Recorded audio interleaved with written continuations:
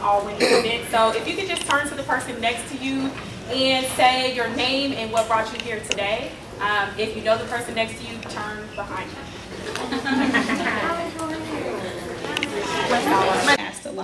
One of 90 labs that are happening across the city this week. I'm hoping that's not going to happen again. Yeah. And I want to say thanks first to this incredible panel of women and everyone here who's a host and who's been to a Chicago Ideas Week event before. Okay, so we've got some people who have been before, a few newbies. Chicago Ideas Week is all about connecting, collaborating, finding group energy to create positive ideas in the world. And labs are an important part of that because they're very interactive. And so a few things that you can do, not only meeting the people in the room, but also connect with us online. Our hashtag is Chicago Ideas, capital C, capital I. And if you enjoy today, there's 2 more ways you can become more involved in Chicago Ideas Week. One is download the app. It has all of the schedules for all of the events. You can just search in the App Store, Chicago Ideas, and it'll give you a really great way to connect with the community and also all the events. And the second is if you enjoy your experience, please become a member. This week we're going to be giving membership for 2017. We do year-round programming, not just this week. And we're going to give you that discount. It's 2017 now, and you can sign up to be a member on the app. So enjoy this lab, and I'll let you guys get started. Okay, great. You guys can all hear me okay, right? Okay, perfect. So we'll just ride with this. Welcome to How to Close the Gap. This is a very special session because we're not only going to have a panel discussion with 5 amazing women, we're actually going to think through a business problem with 2 existing businesses. So I'm going to actually first introduce the businesses that we'll work through, and then we'll just flow into the panel. So first we have Kim Lewis from Curlmix. So if you can just, Kim, tell us a little bit about your brand. Hi, you guys. I'm Kim, CEO and co-founder of Curlmix. We're the do-it-yourself box for curly hair.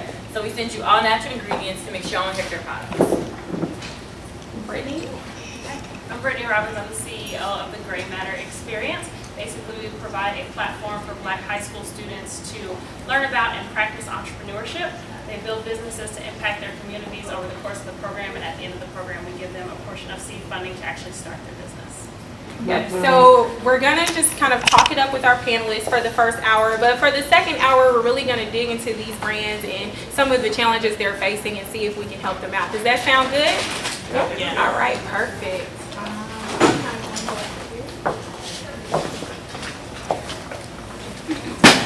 So we have 5 amazing. Testing. Yay. Okay. So we have 5 amazing women with us here today. I'm actually going to go from my left to my right. Monica Hazlitt from Little Black Girl. If you can tell us just about your brand.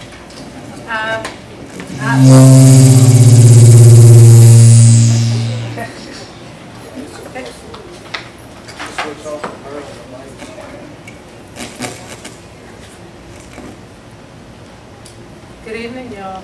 Good evening. Well, I don't really, can you all hear me? Yeah. I don't think that.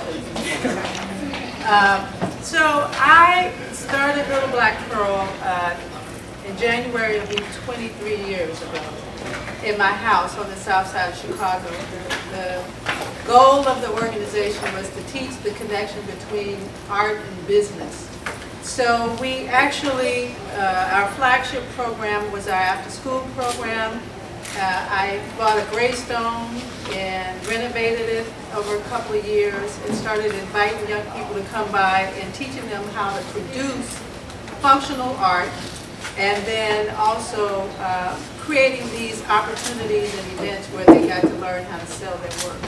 So over the years, maybe the first 5 or 6 years, I did that in my home, and then I expanded and started doing programs in high school. Throughout Chicago, we served 17 alternative high schools. I did that for several years, and I built a space in 2005. We went from 2,000 square feet in my house to about 40,000 square feet now at the 47th and Greenwood space, which is now called the Little Black Girl Art and Design Center. Inside of the Art and Design Center, I opened a high school 3 years ago, which is called Little Black Girl Art and Design Academy. And in the academy, we have 150 high school students who focus on art and technology. I believe that school is a part of a larger ecosystem. So all the things that we did when we opened Little Black Pearl, we continue to do. And it kind of surrounds and supports the work that we do with young people. So hopefully I'll get a chance to share with you all some of the ideas around how that works inside of our environment. We host about 120 to 150 events a year at Little Black Pearl. So we also have a pretty robust special events department. And we also produce a number of events like Pearl Fest and Black Unplugged, which are music events that we host with the city. So that's in essence kind of what Little Black Girl is about. Awesome. My name is Sandy Castro, and I'm the president and co-founder of IC Stars. We're a technology leadership and business boot camp for inner city adults. We find talent, train talent, and put talent to work. And the idea behind IC Stars is, what if we taught technology and systems thinking and got folks great jobs in IT, but also use that systems thinking as a blueprint for being community leaders. So the vision is 1,000 community leaders by 2020. We launched our first cohort in 2000. So we're sort of the original IT boot camp in Chicago. Today, our Columbus office is coming to get their first train the trainer. So, and they've actually just arrived here right now. Perfect timing, right? And so we are not alone in the universe anymore. Some quick stats about IC Stars. We have a 85% placement rate. The average earning increase from before the program to after in 6 months is over 400%. And over 350 alums with 37 homeowners. So people buying homes in the communities that we come from. Even if they have to commute 2 hours to work every day, because we're asking the question, what if success was not getting out of the hood, but investing back in? So we're very proud of that metric of homeownership. Hi everyone, my name is Tanisha Parrish, and the company that I run is called Life Under Innovation, and it's a coaching. Hello? Okay. It's a coaching and personal development company where I work with women, primarily minority women, professionals, and through coaching workshops and retreats. And my personal desire to start this was, I feel like anytime that women are in a room together, there's something powerful that can happen.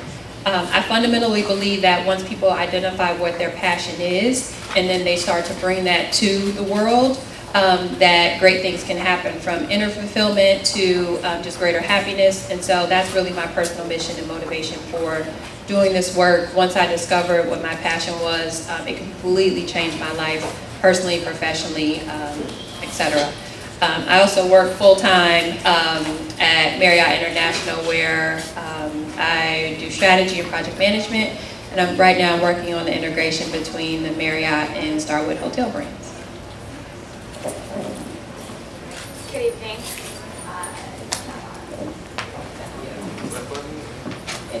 Oh, okay. I am Macy Peterson, and I am the co-founder and CEO of On Second Thought. So how many of you have ever sent a text that you wished you could take back? So my company and my patented technology lets you take back those text messages before they get to the other person.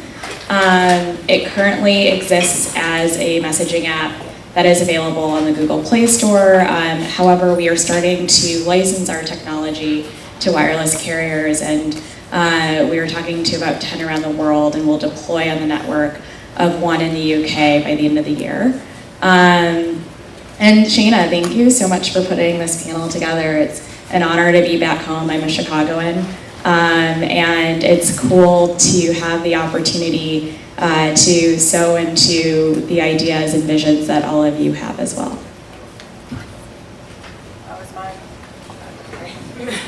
Hi, my name is Myleek Teal, and I am the founder of a company, Curlbox. It is a monthly subscription service for hair care products for women of color. I started the company, it'll be 5 years in February, and we've worked with, I think, over 200 brands. So, and we work with retailers from Target to Walmart. And what we do is allow women all over the U.S. to, I went natural 16 years ago, and I spent hundreds of dollars a month trying to figure out what would work for my hair. I would see you on a panel and see what were you using, and I would buy that.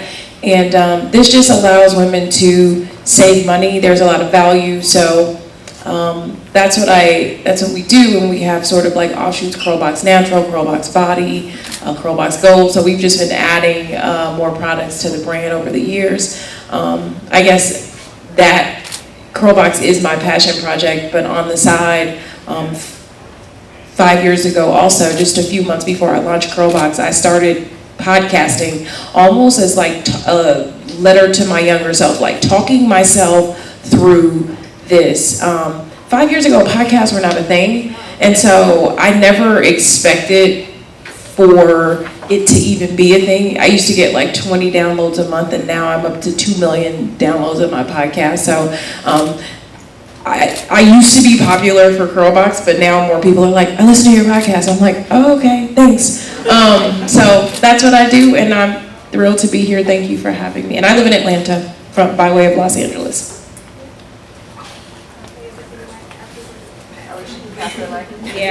This one's.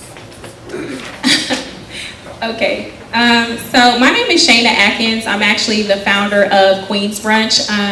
The idea was started because I'm a woman in tech, and usually I'm the only woman in the room. And I would go to tech events here in Chicago, and I would notice that there was not always women representation at panels, and it was usually like the same group of ladies at every event. Actually, I see some of you all in the audience that I first networked with. So I decided to start Queens. We do brunch every 60 days at minority-owned or women-owned restaurants all over the city of Chicago.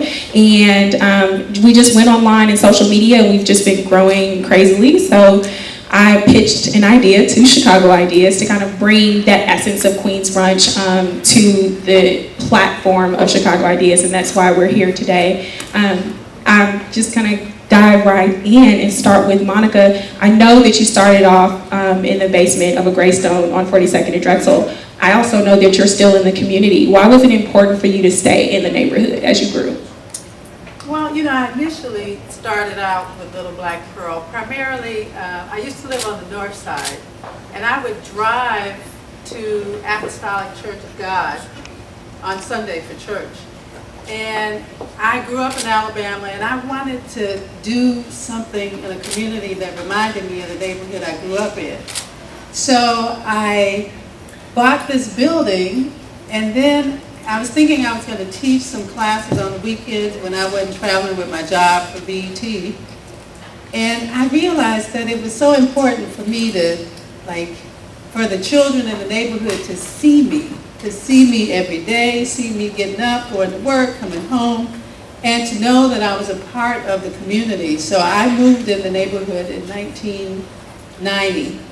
I bought the building right around that time, and I just believe in being a part of my community. I love the fact that I can walk 4 blocks from my house to my business, and I also don't need people to tell me what my community needs because I'm already in it and I know what it needs. So it helps to inform my work. It helps me to make decisions about what we do as an organization to help support the community. And I just love being in my community. I love seeing my children walk down the street and say, hey, Miss Monica. You know, it's just opportunity to see what just an individual dream can do to help empower a whole community. Excellent. Sandy, you also do work impacting the inner city. Can you talk about your defining moment when you decided to start IC Stars and why kind of internally you decided to start it? Yeah, so, oh, this is the, so I was a math and science teacher, and one of the things that I think we so often miss in education is the human condition. So knowing where our kids are coming from and what they're thinking about. So, for example, I would start my chemistry class, and on the first day I pulled out the periodic table, and everybody got to pick their element. And that's who you'd be for the whole semester. So if you were gold, I'd call you Effie. No, I'm sorry. I would say AU. If you were iron, I'd call you Effie. And then I'd have everybody say whether they wanted to be a solid, a liquid, or a gas. So all the cool kids would be like, solid, you know, and some of the girls would be like, liquid. And the geeks who were thinking, where's she going with this, would say gas. So then I'd separate the room. You know, the solids, you sat in the front row, your molecules are packed tightly together, you can't move. And sometimes I'd talk to them as if they weren't as smart as everyone else because they were solids. And then the liquids, I'd rope off a section of the classroom and say, you have a little bit more mobility because your molecules are spread apart, but you'll always take the shape of your container.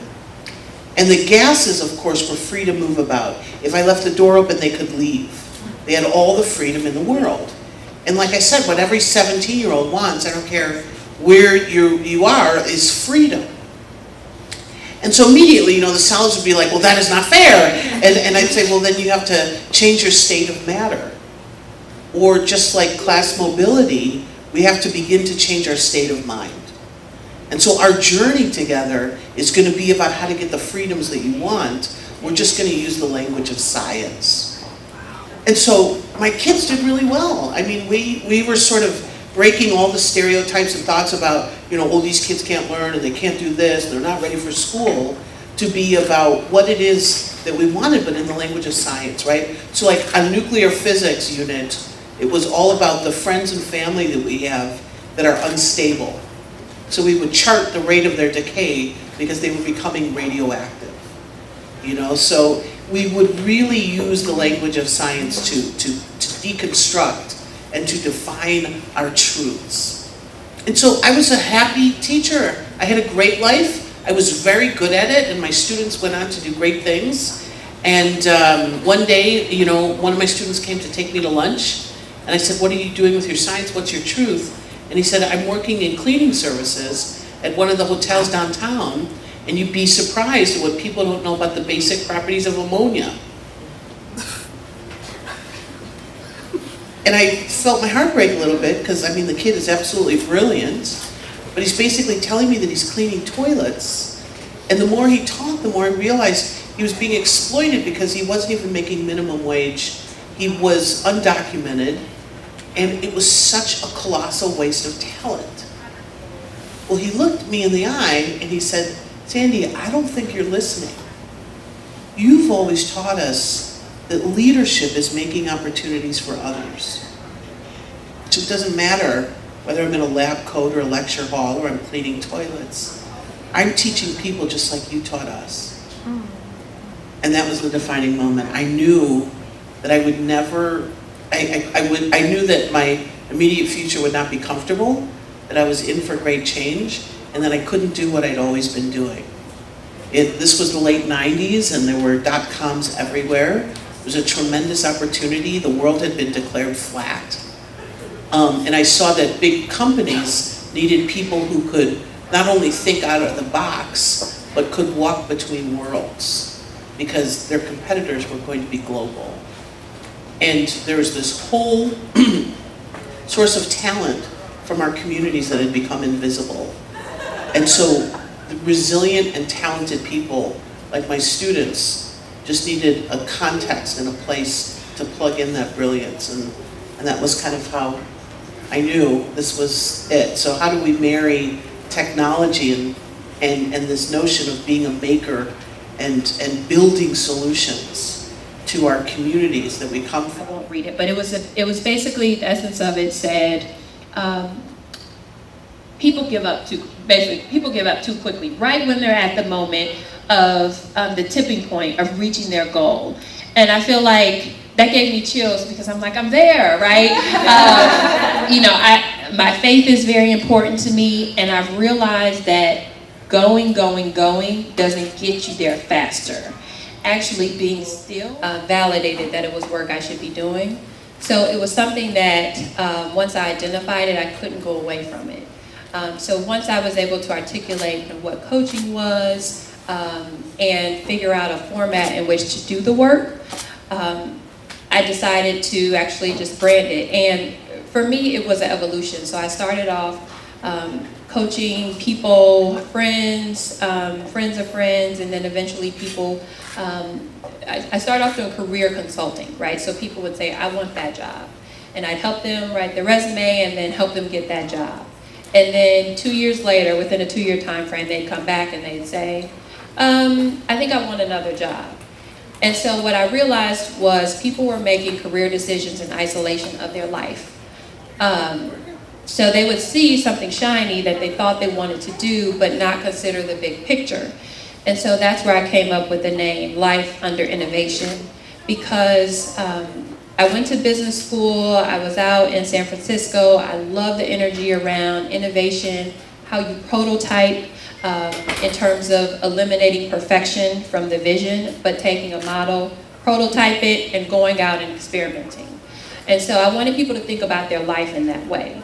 Life can also often be very daunting, right? You know, can I be in this relationship? Can I have this career? Can I really do the things that my heart is pulling me to do and not stand in the expectations of others, via my parents? I don't know how many people have heard their parents say, oh, you've got a good job. You know, you've got a steady paycheck, or you have a pension, but there's something that's pulling you towards doing something else. And I felt that, along my experience, and I still struggle with it a little bit, like how bold do I really want to be in following that path? So it was an evolution, and where I'm at now is I feel like if I don't move forward more fully in bringing the brand, not only the brand, but the work forward, like a little piece of me dies inside every day that I don't do it. So I've got big visions and all these ideas. Now it's really time to make it happen. And then just being in a space with women like you is all very much inspiring to me. So I learn and I get as much energy and fulfillment with working with the women that I coach. And hopefully, well, not hopefully, but I see them doing great things in the world. So my big vision is that everybody can figure out what that one or two things are that really, really make them come to life, and then bring that forward in the world so that we can show up in a better way. When everyone's working in their gifts and talents, that's when you see brilliance in the world. I totally agree. I'm gonna just pass the mic over here to Macy. Okay, all right. Okay, you. Okay, we're just gonna go with the flow today. Macy, I have been following your journey actually for a while, and I know that you started your company because you sent like a text to an ex. I guess that's what we'll say. And you are now like recognized as one of the top startups by G Startups, like universally. You have 90,000 downloads. You're in talks with carriers globally. Talk about like when you decided to take that leap of faith and pursue On Second Thought. Well, it was a leap of faith that my mother sitting over there knows all about. So, On Second Thought's not my first foray into entrepreneurship. I started my first company when I was in college. It was a digital magazine for women of the African diaspora. And I played a very minor role, in pioneering digital media by working with the editors and publishers of magazines like Self and Essence, and And so entrepreneurship wasn't a foreign concept to me. However, the failure of my magazine made me very afraid of going after it again. So between my magazine Mari and On Second Thought, I started and stopped about 4 different businesses. Some were good, some weren't, and what I noticed was a pattern of me getting to a point where I was like, oh, this is going too well, I need to shut it down for one reason or another. And so when it came time to do On Second Thought, or when I came up with the idea, I then pitched it at a competition at South by Southwest and won first place. That was validation that not only was it a good idea, but it was also a viable business. And I was like, oh shoot, now I have to create a product in an industry that I don't know anything about.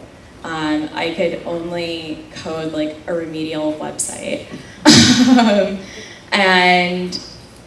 But the thing about it was that through, to be honest, through my faith, God just kept confirming that this was right. So whether it was us being a featured startup, an exhibitor at the Web Summit in Dublin, which is Europe's version of South by Southwest, or it was all of the press that we've had. We've had a steady stream of press for over 2 years.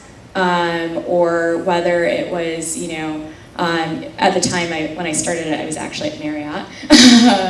So whether it was even just the favor and the understanding of my bosses, everything confirmed that this was the right business. So it got to the point where I wasn't doing either job well. So I wasn't doing my job at Marriott well, and I wasn't running my company well because there just wasn't enough time in the day. I would be in the office, I'd be at Marriott by like 6 in the morning, work until about 3 or 4, and then I would go home and work all night until about 1 in the morning. So I was getting very little sleep. And it got to the point where reporters were calling my desk at Marriott wanting to do interviews, and I was like, this is just too much. And I had to decide, where do I see my future? Where do I see, where in which role am I really fulfilling what I believe is my purpose? And am I fulfilling my passion? And I realized that was through On Second Thought. It was very evident and very clear.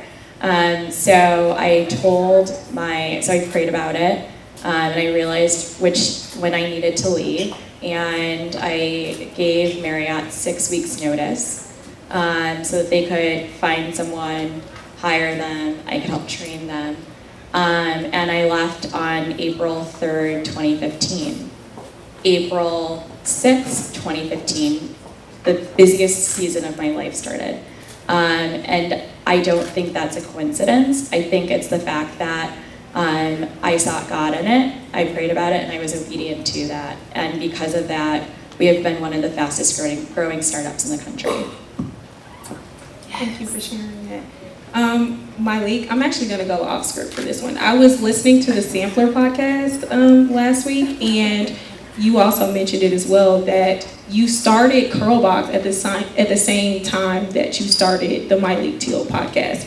And another thing that you mentioned in the Sampler podcast is that you're just so open about your stories. So can you talk about why was it important for you to be open from the beginning of your business journey? I think, and if you listen to me, you've probably heard this story before. It's like I grew up, and I'm assuming, I think as I talk to a lot of women of color, I find that we were just raised to pretend like we had it all together. Oh no, don't let them know we don't have any money, or all this constant posturing and pretending. And after I graduated college, and I was trying to find work,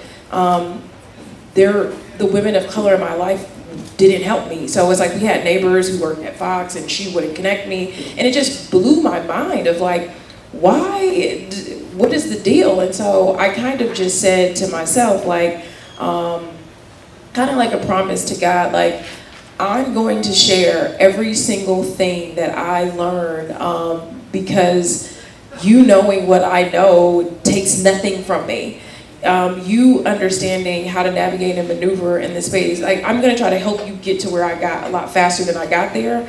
And it just brings me great joy to see women doing that. And so in our community, there's a lot of just generational trauma in our community. And, you know, I get letters every day about women who, it's like, this person has an attitude with me at work. Like, everybody's in my business at work, and I'm like, people asking you how your weekend was isn't in your business. You know, it's just, we were raised to think that. It's like, you don't have to tell anybody anything you don't want them to know. And so I have been an entrepreneur for, I guess, maybe 7 or 8 years. And I have made a ton of mistakes. I have made some public mistakes. But the message that I try to tell people is that you can make mistakes and still win. You know, you can fall down, everyone can see you fall, and you can still get back up, and you can win bigger and better than anybody would ever imagine. And so I am from Inglewood, California. People who know that is considered the hood. But it doesn't matter. You know, I just try to say, it doesn't matter what cards you got. It doesn't matter. You just got to play the hell out of the ones that you get. And the way that what I try to teach people is just excellence, is that I am here today because I did everything as best I could. You know, so I'm never a little late. I'm never unprepared. I do what I say I'm going to do. I'm not a bullshit artist, you know what I mean? I'm not trying to fake it till I make it. It's like, if I don't know it, I need to learn it. I need to go to a class. There's just no pretending. And so that's really what I want people to know, is that you can make it and you can do really well in life, but you gotta be a good human being. You have to be, you know, good to yourself. You have to stop listening to the lies that you tell yourself. I'm not this, I'm not that. The is it true challenge. Like, every time you talk yourself out of something, ask yourself, is this true? And most of the time, it's not, you know? It's like, oh, she thinks she's better than me because she has an app. Like, that's not true, but we do it. We do it every day. And so that's the reason why every time I get a chance to share something, I want, you know, people to know in a voice that I feel like a lot of young women of color can relate to. Perfect. So in the spirit of how we're passing the mic, I'm going to ask you the question. The next phase of questions is about keeping it real on maintaining profitability and growth.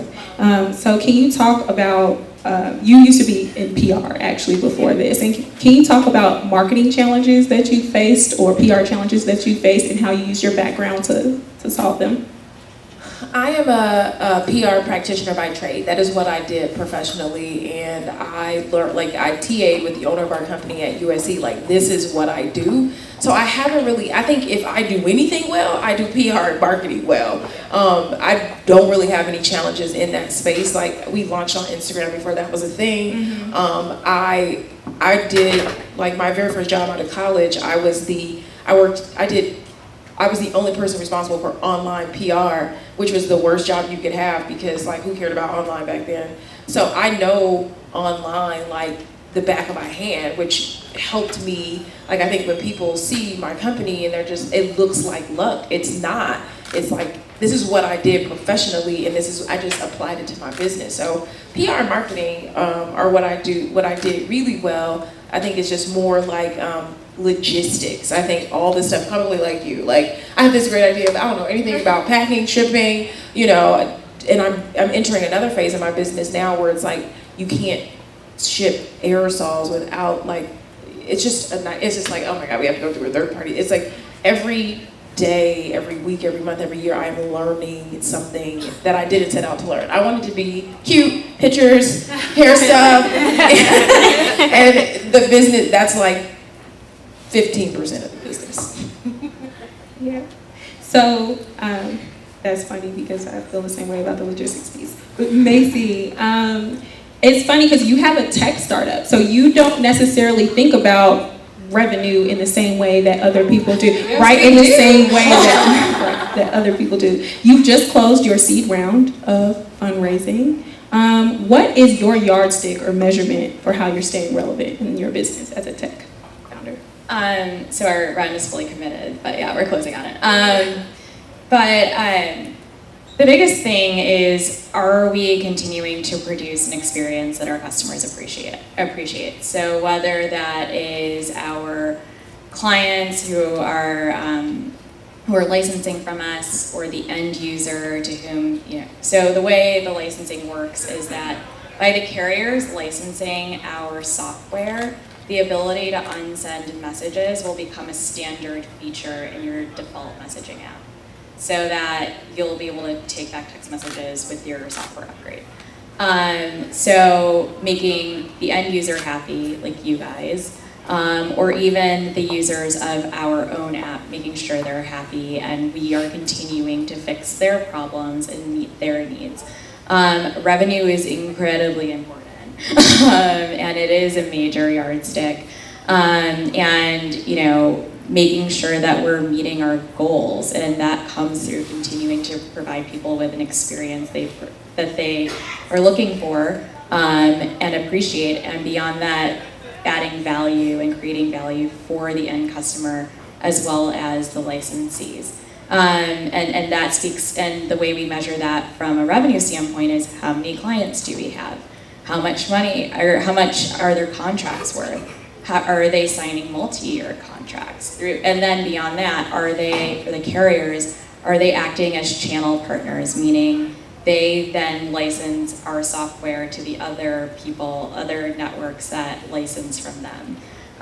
So it all comes down, like the bottom line of all of this is, are we generating revenue? Are we meeting our goals? And that comes by us doing our jobs, which is putting the customer first and making sure that we provide all of you with the right experience and a good experience. So then you'll say to your carrier, hey, I really like this ability. Let's get more stuff from them.